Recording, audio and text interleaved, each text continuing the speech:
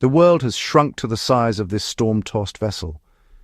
Out here, surrounded by endless, raging water, the boundaries of civilization feel impossibly far away. The comforts and certainties of modern life are stripped away, leaving only the raw elements and our will to survive. Salt spray stings, the sky and sea merge in a chaos of grey, and waves toss us like a toy. Every sense is heightened, every moment a test. The roar of the wind drowns out thought, and the cold bites through every layer. We are lost in the heart of a North Atlantic storm, time and date meaningless. The horizon vanishes, swallowed by fog and spray, and the world becomes a blur of movement and noise. On the chart table, a choice. In one hand, a dead GPS, its promise of certainty erased by the storm. The screen is blank, the signal lost, and with it, the illusion of control. In the other, a sunstone and a simple wooden shadow board, ancient tools demanding skill and attention. These relics of the past require us to read the sky, to trust our senses, and to remember the lessons of those who came before. The GPS, a marvel of modernity, is now useless, a symbol of our dependence on fragile systems. Its silence is a stark reminder that technology, for all its brilliance, can fail when we need it most. The sunstone, a relic of Norse survival, offers only a direction, a fighting chance. It is not certainty, but it is hope, forged from centuries of human ingenuity and adaptation. The decision is forced. The modern world has failed us. In this moment, we are thrown back on our own resourcefulness, forced to confront the unknown with ancient wisdom. We must rely on the wisdom of those who face these seas with nothing but their wits. The Norsemen survived not with gadgets, but with courage, skill, and a deep understanding of the world around them. The ship groans under another wave. The path forward is clear. We must trust in ourselves and in the tools that have stood the test of time. We must look to the past to survive the present. The old ways are not just relics, they are lifelines, waiting to be grasped when all else fails. We must think like the Vikings. To endure, we must become explorers again, willing to trust our instincts and face the unknown. The storm strips away illusion. Only resilience matters now. In the end, it is not technology, but determination and adaptability that will see us through. The GPS is silent, but the sunstone waits, ready to guide. In its glow, we find a connection to those who survived before us, and a reminder that hope can shine even in the darkest storm. In this maelstrom, ancient knowledge is our only hope. The wisdom of the past becomes our compass, pointing the way through chaos.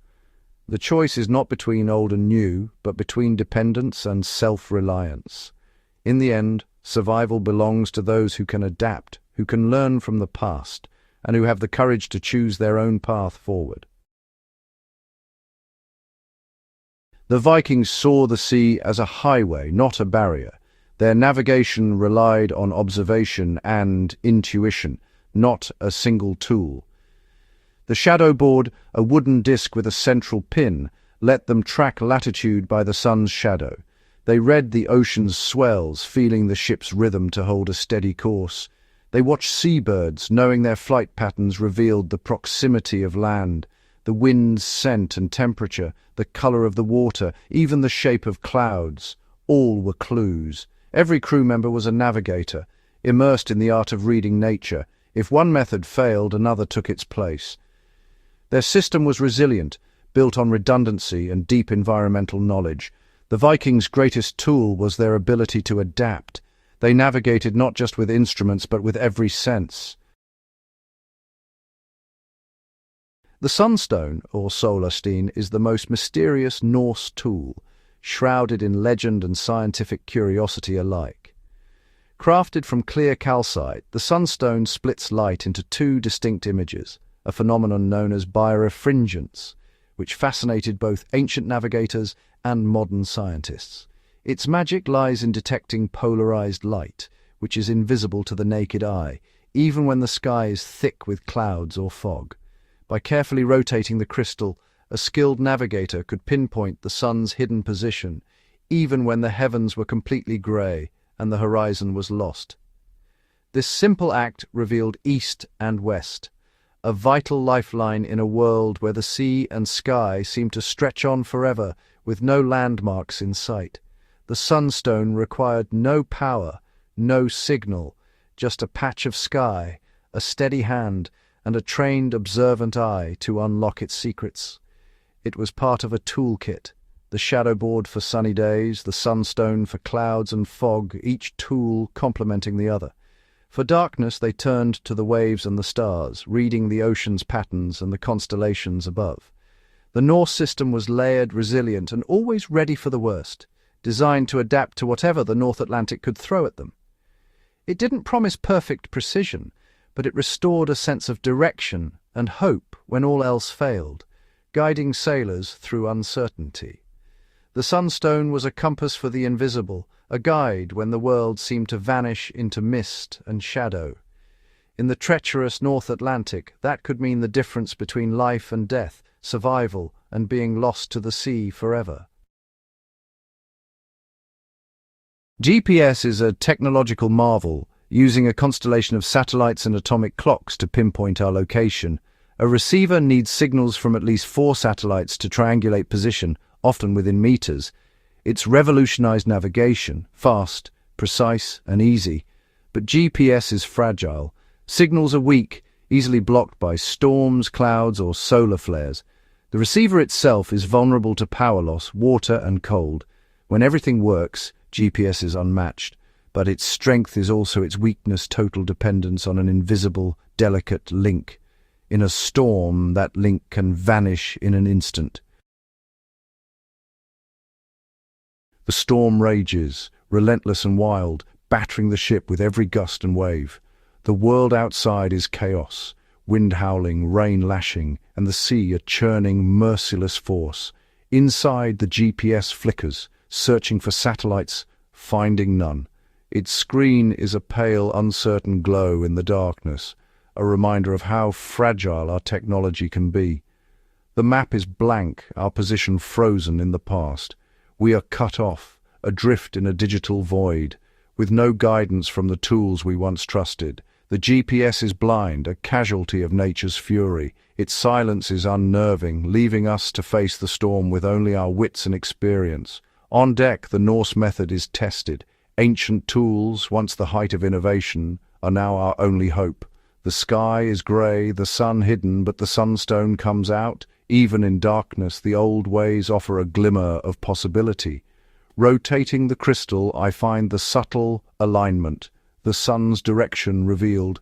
It's a delicate art, requiring patience and a steady hand. It's morning, east is off the port bow.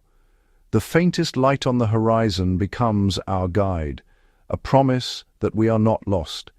This single bearing is a lifeline. In the vast uncertainty, it anchors us to hope and direction. We orient ourselves, steering by sunstone and the steady pulse of the ocean swell. Each decision is deliberate, every movement a testament to trust in ancient wisdom. The sea's rhythm gives us another reference, a natural compass. The waves, once threatening, now guide us forward. The GPS offers nothing. The Norse tools demand our senses and judgment. We must read the world, not just the screens. We set a course southeast, away from the swell, toward hope. Every choice is a leap of faith, but also a return to something timeless. The ancient methods work because they require us to engage fully. They ask for our attention, our intuition, and our respect for the elements. In this storm, only resilience and skill matter. The crew's determination is our greatest asset, binding us together against the odds. The Viking tools are not failing. They are demanding more from us. They remind us that survival is earned, not given. When technology fails, it's the old ways that endure. In the heart of the storm, we rediscover the strength that comes from trusting ourselves and the wisdom of those who came before. The storm delivers its verdict. In calm, GPS is king. precise, fast, and easy. But when the system falters, its sophistication becomes its weakness.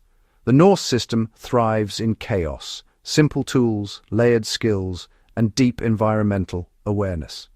If the sun is hidden, use the sunstone. If the sky is dark, read the swell. Near land, watch the birds. The Norse method is decentralized, powered by nature and human intuition. It cannot be jammed or broken by a wave. For routine travel, GPS is unmatched, but for survival, resilience is everything. The Viking system assumes disaster and prepares for it. When control is lost, adaptation is all that's left. The sea respects not the most advanced tool, but the most resilient navigator. In the end, survival belongs to those who adapt. The clash between GPS and sunstone is a lesson for our times. We've built a world of convenience, but it's fragile, dependent on systems we don't control. The Vikings teach us the value of self-reliance and redundancy. The most important tool is knowledge, not gadgets. Skills endure when technology fails. We must ask, are we prepared when the power goes out, when the signal dies? The Norse were pragmatists, not primitives. Security came from skill and teamwork. Technology is a layer, not a foundation. When the digital world fails, ancient wisdom lights the way home. The longship's lesson is timeless. True preparedness is resilience, not gadgets. The Vikings trusted their skills, not just their tools. In survival, the simplest, most robust systems matter most. Knowledge of nature, not just technology, is the ultimate backup. Communities, like crews, are strongest when knowledge is shared and decentralized. The choice is where we place our trust, in fragile systems or in ourselves. The Vikings show us survival is a mindset, not a device. When the storm comes, the most valuable thing is not in your pack but in your mind.